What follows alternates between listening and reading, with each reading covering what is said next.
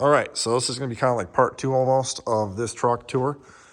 The reason I said to watch the second video is I'm going to take the 351 out and then boot that aside as a spare.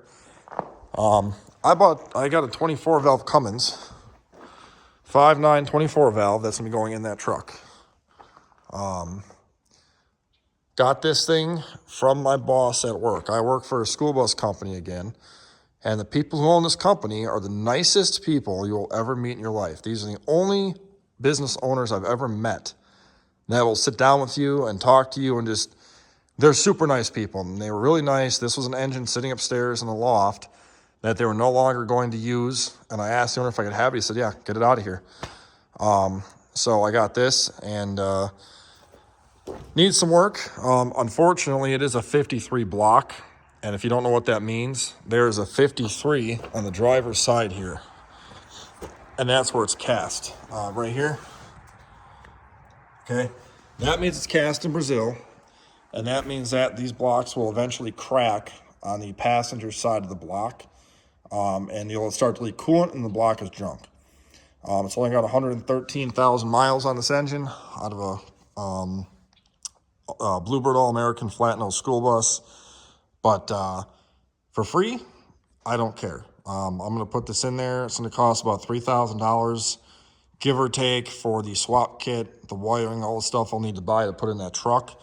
But with what a new diesel truck costs these days, I paid $800 for that white truck. And I figure this was free. So right now I've got, with the fuel, towing that white truck home and some odds and ends, I've got like $1,000 in that truck. And this is free. So if I can invest maybe $5,000 or $6,000 into a decent truck and have a Cummins 3/4 ton pickup truck, I will be very happy.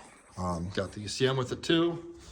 I'm going to end up I'm going to take this off and then I'm going to either get a ZF5 or ZF6. I'd prefer to get a manual transmission and manual swap the white truck because the automatic in there's got 200,000 miles on it, and this will probably destroy that automatic. So I'd like to get a manual, but if I can't, I'm probably going to end up trying to find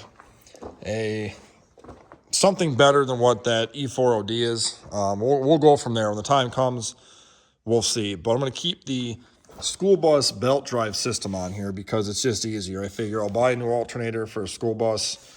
I'll buy a new tensioner, I'll buy a new water pump. This fan clutch style is nice. It's the electromagnetic fan clutch on here. So it just snaps in when it hits temperature, which is controlled by the computer, which isn't bad. I'm gonna keep the power steering pump design off of this too. That'll be very easy to plumb into the truck side. For air conditioning, Bluebird sells a bracket that would bolt here that has another piece, and then the air conditioning compressor sits like right here. So I'm just going to call Bluebird up, or Wisconsin Bus, and pick up that bracket too and put that on here.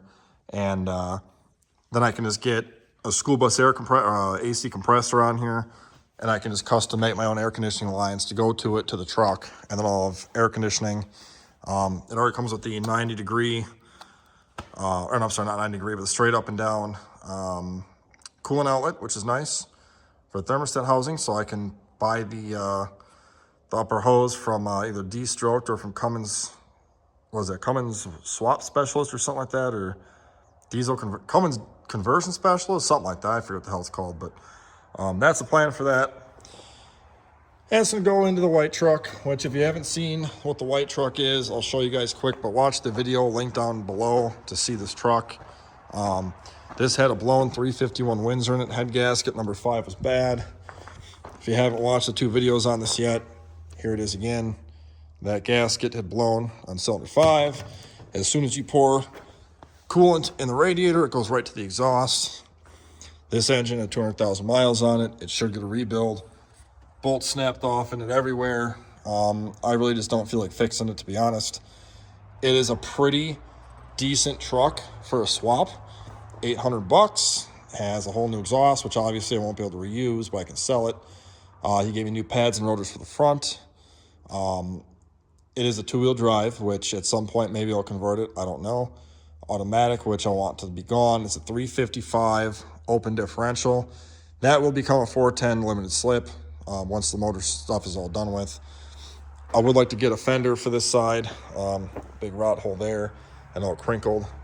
But the cab corners are actual real metal. This truck came from out west. This is actually in really nice shape on this side. Very little rust on. Focus. Very little rust on here. I got 2 brand new tires for the back. Front tires are almost new. I'm going to have this Line-X inside. It's got some crappy spraying job from Walmart in here. I'm just going to end up getting a nice spraying bed liner. It's got trailer brakes already. Tailgate's off a red truck. They painted white. I don't really care. Back here, the worst of the rust in the bed back here is right here. So we'll get that fixed up. I'll probably just end up cutting that out and just put some sheet metal or some lead in there and then just call it a day. Same with down here. That's the worst of the rust on the truck down here. Otherwise, it's pretty not bad. So I figure it's a good swap truck. The frame is super clean on it. Floor pans are super clean. So that's why it's going to get the Cummins swap in it. But yeah, so that's the plan for that truck. I'm going to do this is like video, I guess you could say one of the Cummins swap part, just going over what I'm going to do. And I'll be buying some parts for this thing, getting this motor on a stand here soon. I need to get my engine crane, which is way back over there, out to get this out. But the IDI is dead, so I had to charge those batteries up. I move all this stuff out of here to get this motor out. My big goal over Christmas break, I'm off for 10 days. I want to get this out, and either on the stand or on the floor, on the concrete over there. And I want to do all the stuff I can to the front on this thing, get it cleaned off, and get this plate stuff off here. And then I would like to buy at least the motor mount kit for this to put into that truck. They're only like $300 for the motor mount kit. I'd like to just get it into the truck, just at least bolt it in the truck so it's out of here, in there, and then I can slowly over time go ahead and get the parts to finish it up, and then, you know, decide on a transmission and stuff like that.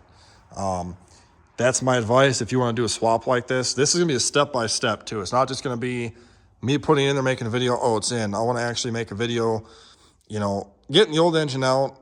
You should be able to figure out yourself. I mean, quite frankly, I'm not going to go over pulling your old engine out because you're going to be able to do it. Just take it out piece by piece, unbolt the thing. And then once it's all the way out of there, I will make a video putting it in. I'm not using the stock radiator. That's going to go bye-bye.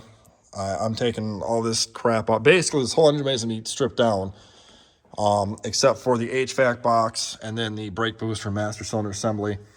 If you're wondering what I'm going to do for vacuum for that, I have 2 ideas I'm going back and forth with. Idea number 1 is a vacuum pump off a 7.3 IDI or a 7.3 Power Stroke, and just custom make a bracket on the front of this to run a IDI or Power Stroke water pump. They're really not that hard. They're small, and all they are look like that.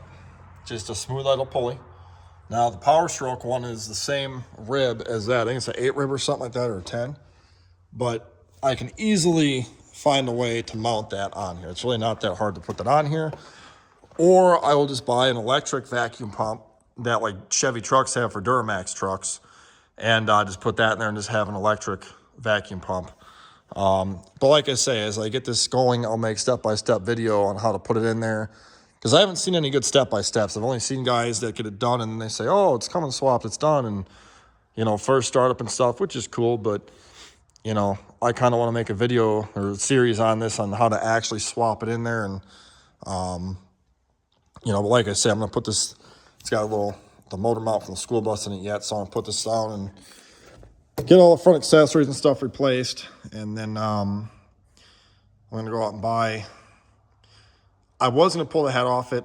I decided against it. I'm just going to do the accessories so it runs. I'm not going to mess around doing an exhaust manifold gasket kit and valve. I will need a valve cover, I think, because that's going to go to the back. So I'll probably need to, or I might just drill a hole in the front and put a plug in the front for the valve, because these are expensive. So I might just do that. Might just put a hole in it up here and then call it a day with that, but we'll see. I'll probably just buy one off a actual Dodge truck and call it a day, but you know, either way, I'll make something work. But that's part one of this video, or the series, so follow along. And the next one on this series will probably be towards Christmas time, because I have 10 days off of work and I want to get this all, you know, straightened away. And I do want to do a comparison video. I have a 7.3 IDI over there. I'm going to compare it to this 5.9 Cummins, size and weight and everything else, and make a few videos over Christmas here. So if you're into diesel trucks and stuff, follow me, like me, subscribe so you can stay along. And any questions or comments, let me know. We'll talk to you guys later. Thanks for watching.